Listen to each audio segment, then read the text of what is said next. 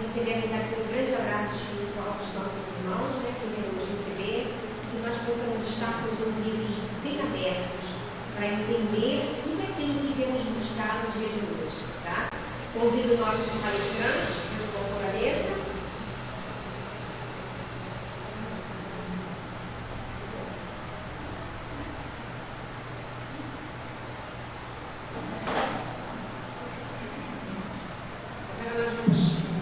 Tia Carminha para botar uma música para a gente começar a nos harmonizar para fazer a nossa prece.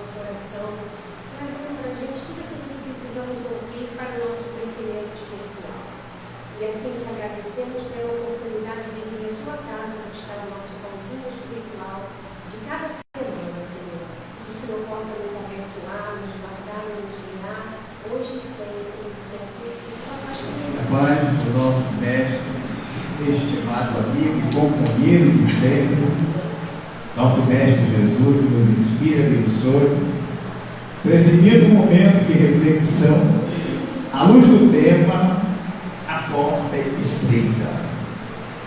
Antes de entrarmos no ponto propriamente dito, é importante e fundamental algumas reflexões. Adestramente ao policiamento das ideias impuras. O pensamento é fio de segurança por onde transita a felicidade ou a infelicidade. Substitua da sua linguagem usual 3 palavras. Não posso mais, e acrescente 3 outras. Tentarei outra vez. O Espírito esclarecido é devedor de luz para aqueles que se debatem nas trevas. É impossível o autoconhecimento sem o exercício da humildade. Depois disso, nós vamos entrar no nosso ponto, que foi anotado por São Mateus, capítulo 7, versículo 13 e 14, que após a desencarnação do Mestre Jesus, ele anotou: entrai pela porta estreita, porque larga é a porta da perdição, e espaçoso o caminho que é ela conduz, e muitos são os que por elas entram. Quão pequena é a porta da vida, quão apertado o caminho que a ela conduz, e com poucos os encontram. São Mateus, capítulo 7, versículo 13 e 14. Porta estreita. A priori passa na nossa cabeça, quando você fala da porta estreita, a porta, propriamente dito, porta. Mas o nosso Mestre Jesus, quando a gente vai e tem condições de extrair o espírito da letra, não vamos entender a porta da nossa casa. Vamos ter que penetrar além dos sentidos materiais. Pois toda mensagem do nosso Mestre Jesus, desde a preparação até a sua reencarnação ou aparecimento no nosso planeta Terra, foi mensagem viva de exemplos, foi mensagem viva de reafirmação do mundo espiritual, reafirmação da pluralidade das existências, reafirmação da comunicabilidade dos espíritos, da mediunidade, enfim, em síntese de todos os princípios que a moral espírita traz para nós desde 1857, com a publicação do primeiro livro, o Livro dos Espíritos. Então, quando a gente quer entender a mensagem de Jesus, precisamos desvestir todo e qualquer pensamento de materialidade, de coisa transitória, de coisa do mundo, se quisermos entender a sua mensagem. Toda ela traz um bojo de espiritualidade. Exemplo: cuidai das coisas dos céus, e tudo mais vos será acrescentado. Que céu é essa Copa azul que a gente vê? Interessante que com o tempo, pessoal de uma certa idade, que hoje eu acredito que está com seus 50, 60, 70 e poucos anos, alcançaram aquela série de revista nas bancas de jornais, Sétimo Céu. Pessoal de 60, 70, 80 para cá alcançou essa revista, Sétimo Céu. E hoje a gente entende que essa mensagem do Cristo estava se referindo à categoria de mundos alienígenas. Não acumuleis tesouro na terra, onde as traças e os ladrões roubam, mas guardai os céus, plano espiritual, porque na condição da conquista, ninguém vai tirar essa conquista de cada um de nós. Isso é muito importante a gente guardar para entendermos todas as palavras do nosso Mestre Jesus. Toda ela tem um sentido figurado, porque Jesus trouxe metáforas em cima de metáforas nas suas palavras. Primeiro que o povo não estava à altura para entender o verdadeiro sentido.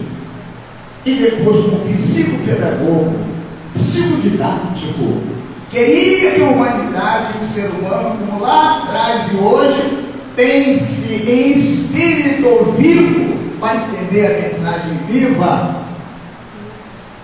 para entranhar na sua essência e produzir mudanças. Então, essa porta estreita que se refere do Evangelho, só vamos compreender a passagem se tirarmos o Espírito da dentro. Então, já adiantei que a porta que se referiu a Jesus, que São Mateus adotou, não é porta de duas bandas, não é porta da nossa casa. E dentro de um critério de psicologia profunda, nós vamos entender que essa metáfora do Cristo, quando ele diz: entrai pela porta estreita, porque larga é a porta da perdição, espaçosa o caminho que ela conduz. Dentro do critério, uma psicologia mais avançada para entender esse pensamento do Cristo, vamos entender que porta é abertura, é possibilidade. No pensamento do Cristo, porta, ele estava se referindo num tom muito mais profundo, que é abertura, é possibilidade. E vamos fazer essa conexão dentro da psicologia mais profunda, quando Allan Kardec pergunta aos espíritos qual é o objetivo da reencarnação. E a resposta foi dada: o progresso, o melhoramento da criatura e a sua contribuição na obra do Criador. Então falamos que a porta tem um sentido mais profundo de abertura e de possibilidade. E a reencarnação é a abertura de voltar à vida para uma possibilidade de melhoramento. Como se encaixa? Porta estreita. Reencarnação, uma abertura que abre uma porta existencial para mergulhar no corpo novo, desenvolvido pelos dois gametas masculino e feminino, para cumprirmos uma missão única. Como define muito bem Allan Kardec, os espíritos para Allan Kardec, quando questiona o objetivo da reencarnação. Então, quando a gente vai pegar esse sentido mais profundo aqui no psicológico, da porta estreita, da porta larga, e é isso mesmo que nós vamos enfrentar no mundo de provas e expiações. Duas portas, duas possibilidades existenciais para a gente. Dos caminhos mais fáceis, que dá prazer, da glória, dos caminhos mais fáceis, que dá satisfação imediata, sensação imediata. Mas por que a maioria, e nós estamos inseridos, trilhar mais nessa porta larga de possibilidades? Nós espíritas temos uma vantagem quando conhecemos que somos existenciais, somos milenares. Então, quando nós, como muitos de nós, e a humanidade prefere a porta larga, a porta da possibilidade, dos prazeres imediatos. Na realidade, isso, quando se reencarna, tem-se uma promessa do outro lado. A nossa promessa do outro lado, baseada na revisão que fizemos, na programação para reencarnarmos, possibilidade de uma porta nova, de uma abertura nova, a gente tem consciência de que vamos nos esforçar o máximo que pudermos para não repetirmos mais o que deixamos para trás, que foi objeto de vício, pela ambição, pelo orgulho, vaidade, prepotência, vícios, tudo que outrora deu prazer imediato. Nós vamos ter que nos defrontar com essa dupla escolha. A possibilidade da porta a nível existencial, da facilidade ou do sacrifício. Do sacrifício que vai pedir o quê? É a porta estreita. A moralização. O soerguimento. O domínio das satisfações, dos apetites grotescos, que em vida passada deu prazer, porta larga. Deu satisfação, deu honra. Prazer imediato e depressão depois, angústia depois, desespero depois, culpa depois e suicídio muitas das vezes para acabar com a situação. Todo mundo que tem vontade proclama e diz que eu acho melhor acabar. A minha vida já acabou várias vezes. Não se tira da onde não existe. Isso é o inconsciente que está se buscando, que já fez. E covardemente quer repetir. Mas graças a Deus, muitos de nós espíritas podem até pensar, eu acredito que não passa, porque já sabe que o grau está nos aguardando, graças a Deus. E os outros devem ter.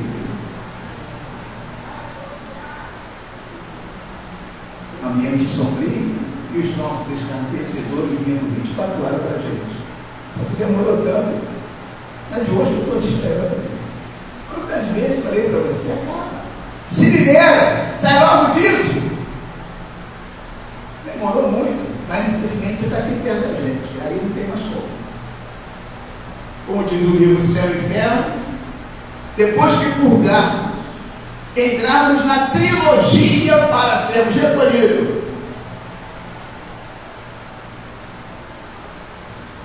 Se arrepender, compreender a posição que realmente está e despontar para o arrependimento para ser retirado dessa região.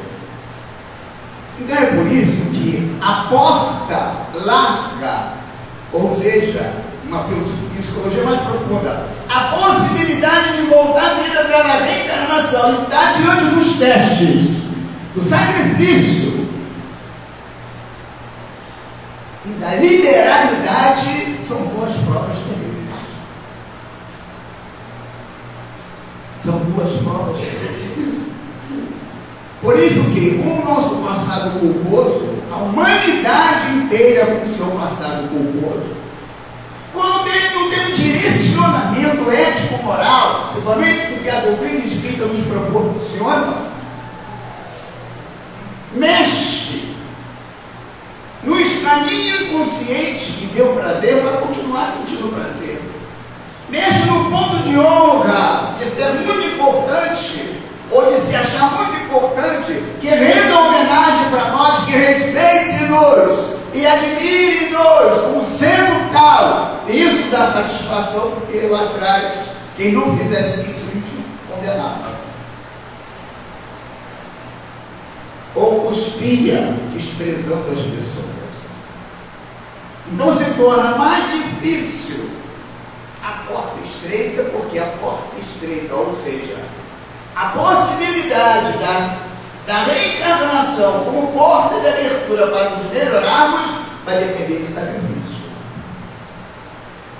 Por isso que nós fazemos promessa do outro lado e muitas das vezes cumprimos mais nada.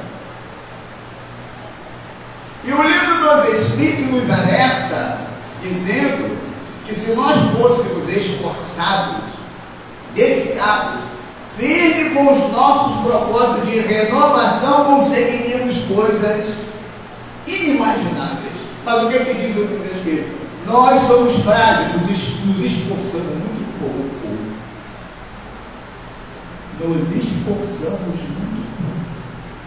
É bem verdade que toda essa canga de vidas passadas que tivemos, de glória, satisfação, vício, prazeres imediatistas, na reencarnação isso não se perde. Está no nosso inconsciente toda a movimentação, toda a sensação disso tudo. E vamos topar com os nossos inimigos espirituais, a quem nós nos acompliciamos que vai bater nessa tecla 24 horas, porque não querem que a gente se liberte, porque eles não se libertaram. Essa é a grande luta. Mas o codificador da doutrina espírita é claro em falar para cada um de nós que não existe arrastamento irresistível. Todo o processo obsessivo, a causa predominante são as imperfeições morais do ser humano. Começou o exercício da moralidade, da ética, da consciência direcionada para o alto, para a maturidade psicológica e espiritual, as trevas vai perdendo terreno, por mais pecador que sejamos. Quando se diz que o amor cobre mil pecados, não é privilégio da lei de Deus. Está fazendo caridade, está trabalhando no meio, desenvolvendo mediunidade, está ajudando o prazo, eu estou te protegendo. Não é isso. É porque a nossa estrutura espiritual começa a brilhar. Começa a retirar os escombros de vida passada e vamos deixando a câmera do passado para trás. E a espiritualidade dos nossos benfeitores diz assim para o nosso espírito perseguidor: meu irmão, antes vocês se compraziam lá atrás. Até o meu protegido e a minha protegida. Mas agora, nessa abertura dessa porta estreita que ela ou ele está vivenciando, nota que não mais faz sentido os prazeres imediatos. A pessoa dedicada, então você não tem mais direito. Me fez isso no passado, me largou, me insinuou e deixou na marca da sarjeta. Sim, você podia ter evitado também. Só que agora ela trilha no caminho que ninguém pode impedir. A sua natureza espiritual é que todos têm e devem desenvolver. Você pode assediá-la, mas criar situações que a tire da vida, isso jamais. É ordem, é imposição dos nossos filhos espirituais. Por isso que não deveríamos preocupar-nos com nada que possa acontecer conosco, a não ser uma alta reflexão. Como diz o ditado popular, estou dando mole. Vigiai e orai para não cairdes em tentação, disse Jesus. Se estamos orando e vigiando e trilhando o caminho da porta estreita, que é a ressignificação existencial, não deveríamos temer nada e a ninguém. Pois se não acreditarmos que o nosso mentor espiritual é um ser luminoso, que no passo de mágica pode afastar todos os males pelo seu progresso, pela sua evolução, precisamos frequentar a escolha do Evangelho para estudar melhor o que é o anjo de guarda. Então essa porta estreita que se refere ao Evangelho é muito importante entendermos como a gente pode levar para o lado psicológico, que muitas das vezes nós não deveríamos preocupar com as opções dos outros, com as decisões dos outros, porque essa visão psicológica, principalmente a nível de maturidade psicológica, não está em cada um no mesmo nível. Quantos de nós sofremos quando queremos impor condições aos nossos filhos, aos nossos amigos, aos nossos colegas, principalmente quando são de maiores? E quanta divergência existe por falta de cautela em eu querer entender que cada um sua frente Muitas das vezes, o mundo tem que passar por certos sofrimentos. E a gente quer livrar a pessoa desse sofrimento. Vai sofrer todo mundo. Não quero dizer que nesse aspecto, optando pela porta estreita, que é da possibilidade de crescimento espiritual, nós vamos ser frios de dizer que, olha, isso daí não é comigo, é com ele mesmo, é com ela mesma, coisa parecida, não, isso é falta de amor. Até onde nós podemos auxiliar, até onde nós podemos caminhar com o outro que não tem visão dessa porta estreita, para darmos um horizonte para ele e para ela, vislumbrar o seu futuro. Até onde é permitido isso, nós vamos. De uma vez que há bloqueio, paramos. De uma vez que há bloqueio, paramos. Deixa a pessoa escolher. Porque só se cresce quando se escolhe. E quando se escolhe tem consequência desagradável, é aprendizado. Exemplo clássico que eu dou sempre foi do inventor da lâmpada elétrica, Thomas Edison. Lá em 1800 e pouco, lampião e lamparina, escolheram o rio dele, a área científica. Nessa época, a ciência estava a todo vapor. Cara, com isso, rapaz, você vai ficar maluco. Onde você vai conseguir acender uma lâmpada elétrica? Aonde se viu isso? E ele baixava a cabeça e continuava com a sua tentativa, caminhando pela porta estreita, que ele dá dificuldade, mas com uma esperança enorme de que poderia acender a lâmpada. Não deu ouvido a ninguém. Persistiu, 1000 vezes. 1001 vez ele consegue acender a lâmpada. Então ele removeu todos os obstáculos, que é isso que Jesus pede. Que vamos enfrentar quando optarmos pela porta estreita, ou seja, a porta das possibilidades que abre horizontes para a gente se desnudar de uma vez só e caminhar na busca da plena felicidade. Eu peço exemplo. Não adianta querer acelerar que não vai conseguir. Nós podemos fazer o máximo que nós pudermos. Que o corpo cede ao túmulo, o espírito acorda no mundo espiritual. E existem colônias espirituais que vai nos recolher para darmos sequência no processo de aprendizagem. Que não vamos para Jesus diretamente, como diz as outras crenças. Respeitamos, mas de nós isso é impossível. São poucos o que a história registra que Jesus veio abraçar e receber, mas não vi a vida deles. Totalmente desprendido da porta larga. Desde quando nasceram, a vida inteira dedicada à porta estreita.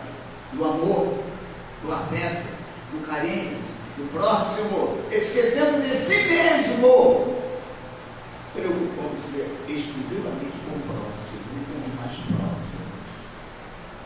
A doutrina espírita vai dizer para nós que quando a gente partir, estaremos com os nossos entes queridos do outro lado, claro, respeitando você, o nível, o corpo espiritual, que vai dar dimensão, quem pode visitar quem está embaixo.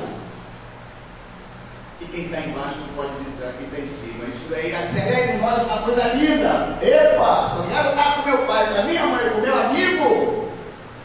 Não quero ser ele, mas vou tentar exercitar o que ele e ela estão desenvolvendo esse sentimento de crescimento espiritual.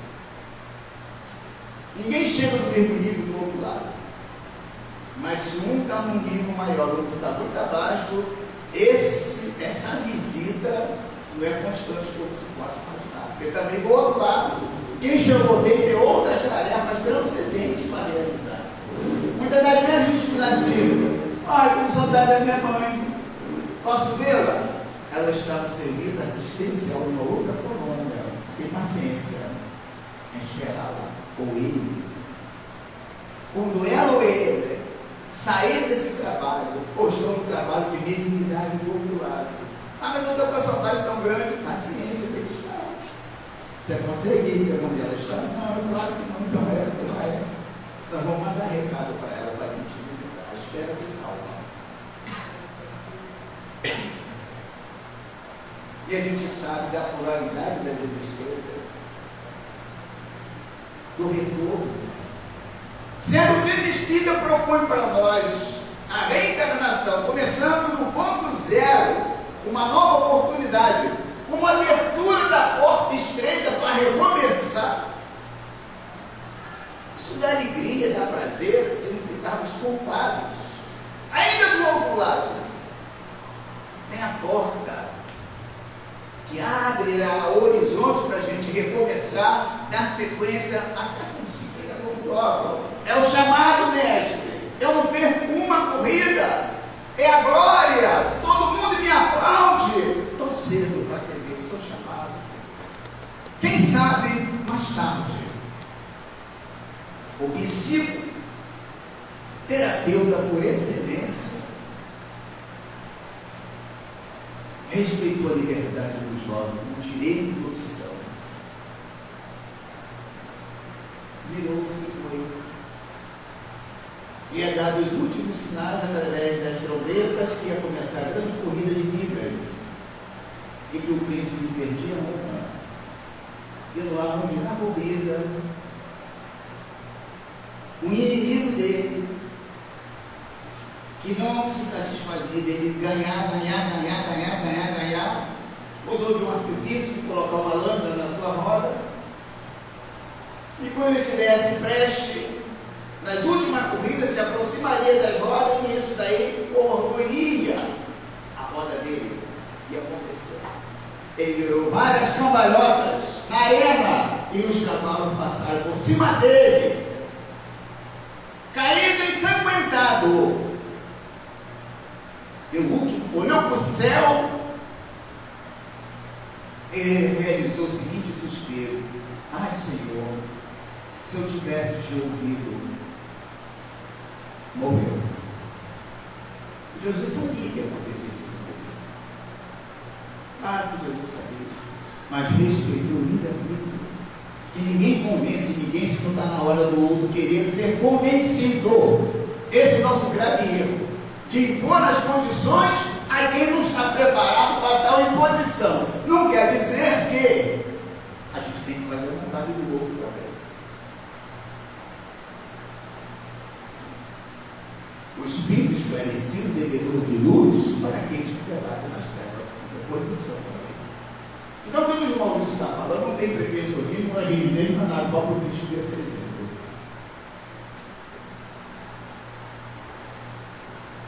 Tu crê que eu possa te curar? Sim, Senhor. Obrigado, Senhor. A tua fé te curou. Esse gesto de Jesus, amigo de psicologia profunda, simplesmente ele está querendo passar para nós que até para curar o Deus judeu tem que saber se o outro quer. Está aberto, deseja, aceita. Por que disso? Porque quando o outro diz que quer e aceita, já abriu uma predisposição interna através da sua aura espiritual para merecer a ajuda.